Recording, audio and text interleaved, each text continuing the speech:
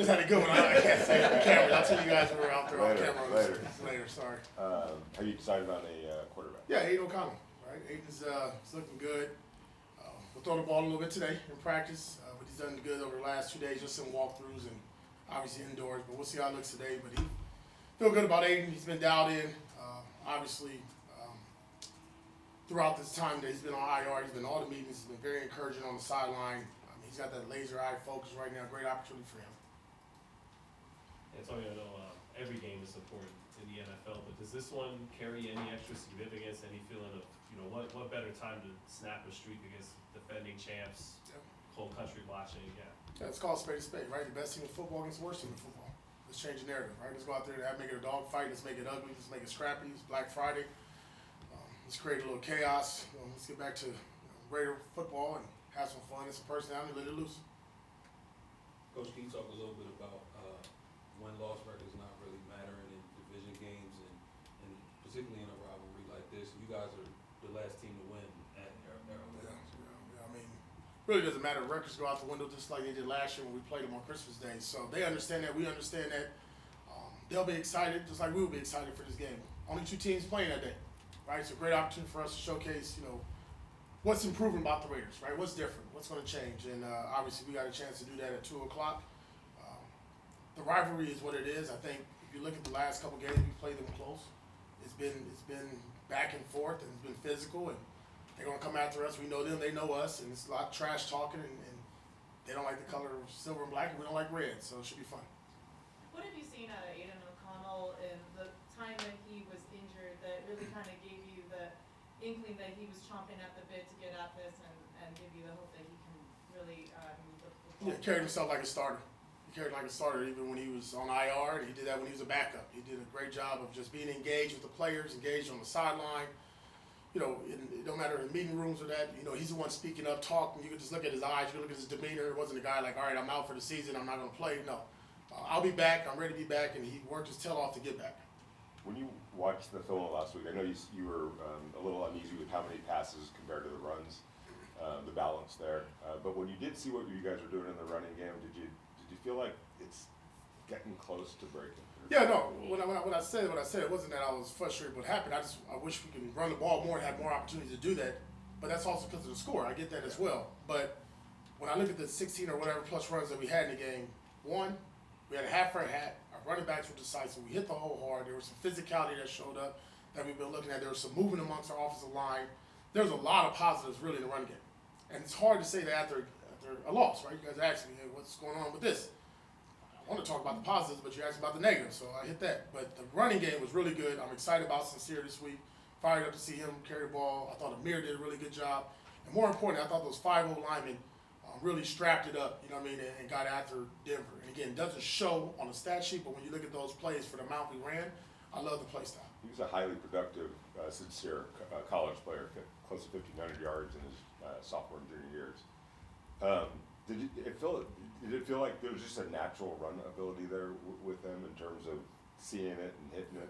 I'll be honest, we see it every day in practice. Just opportunities, right? There's how many guys you can dress. You can't dress 5 running backs each week, and you don't want to see it happen through injuries or guys being inactive or hurt or anything of that nature. But when he got in there, his first carry was 10+ yards, and the next one he's bouncing off guys, and just the energy that he brought to our offense, he really liked that.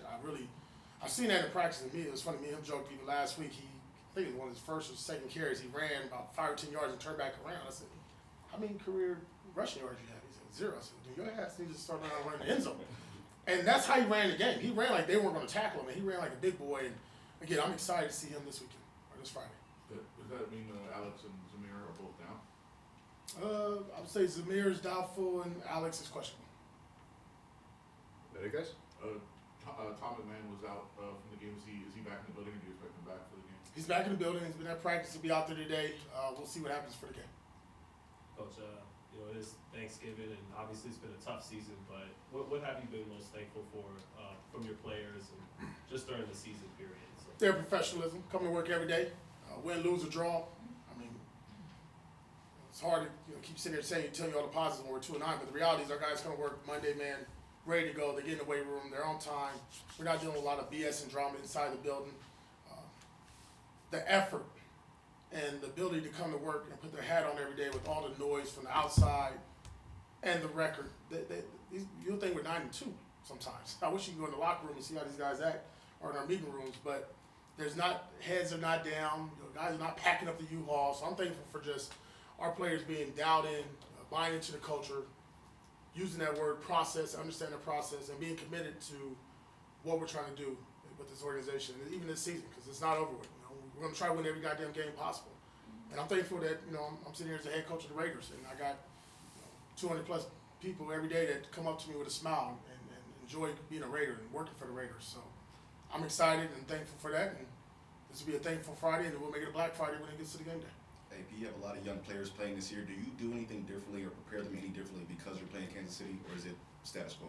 No, status quo. They know it. Hell, they've been hearing that war chant for the last 48 hours. They're ready to kill me on that one. So they'll hear it again today. I'm sure we'll hear it on Friday. But young guys, man, like I said, the way I try to set up our schedule and our scripts each and every day is to give them opportunities throughout the weeks in practice with developmental, the way we compete on scout team. So you see what you're going to get. What's sincerely in the game I saw for 8 or 9 weeks. You just had to do it on Sunday. And now that other guys are getting that opportunity, what I always tell them is, I don't know if you're going to be up for next week. You better get this opportunity and make the most of it now. So they understand that. And for the most part, most of our guys do a really good job of taking the opportunity and running with it. Speaking of that opportunity, DCAM was thrown into the deep end last week, and I mean, sink or swim, right? I mean, it's tough, obviously, but what has his demeanor been like preparing for this week? Knowing he came off a tough game last week. Short-term memory. Right? You play quarter in this league, they're gonna catch the ball. I tell Jack that all the time. Jack think nobody ever gonna catch the ball on him. And Jack had a really good game last week, but they caught a touchdown. And DCAM, look, they caught some balls on you. But one thing about it, he never flinched, he didn't blink, and we wasn't gonna bring him out. He's gotta go out there and he's gotta learn. He's out there with the big boys. And Sutton's a really good player. They got some good players this week. But our players gonna be pretty good, goddamn good too. DCAM's gonna be a good corner. And he has the mentality, he has the speed, he has the mindset of what we want our Raider corners to look like. The production will take place over time. Well, at the end of the game, he had a nice pass breakup. Did you start to see him that, okay, the growth, he's figuring it out? Well, to me, it's not so much him, it's how the teammates responded. You saw Isaiah Palomar, you saw our sideline really get after him. Like, man, hell of a job, great job. It wasn't like, oh man, yeah, finally. They're like, yeah, that's what you're doing. That's what we're talking about. Like, that's what you want to see, man. We're encouraging one another. We're not discouraged about what's going on. Yeah, we're frustrated as hell, but man, we're out there with young boys, they battle. And we'll take that all day. Antonio, earlier this season, Travis Kelce, people were talking about maybe he was a step slow this year, or starting to show some age. Now you look up and he's right there and catches and everything. What makes him so difficult to deal with? Everything. I mean, he's skilled, he's savvy, he's a vet. There's not a coverage that he hasn't seen. Him and the quarterback are like dialed in all the way. I mean, they're running their own routes. Those aren't being drawn up by Andy Reid. That's 15 and 87 playing backyard football at times. And the thing about it, he's a competitor. I mean, I even saw in our game, there was a lot of trash talking this offseason, and he was giving it back to us, and we were giving it to him. So, and he likes playing the Raiders, right? He always makes that known. So I think when you watch him play, what you're looking at is an ultimate professional who's going to go down as one of the greatest tight ends of our time. Probably more likely a gold jacket, and we have respect for him. And I think the one thing you can't question is his toughness and his love and passion for the game, and he's a winner. I know it's way early in Brock Bowers' career, but can you see a version of him down the road like that, where he's locked in with his quarterback like that, and they're playing that? Yeah, I mean, you want to keep that quarterback and tight end got to be the same guys, though, right? Continuity, and that's the biggest difference between us and them. The same guys throwing him the ball each and every time. We want to get that for Brock Bowers as well.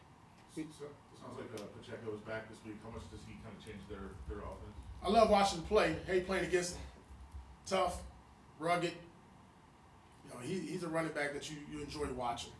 And our team is excited to play him. I mean, I go back to that Christmas Day, how hard he was running and how hard he was hitting them. Helmet was flying off, and this dude gets up with them dreads, and I mean, he energizes their team. So it's a tough matchup. We're expecting him to play. We know what this game means to him and their team. But obviously, we got to bring our hard hat mentality for him. For you guys, what is the status on Nate and Jaborian? Both will be out. You guys good? All right, thanks, All right, Coach. thanks. Could we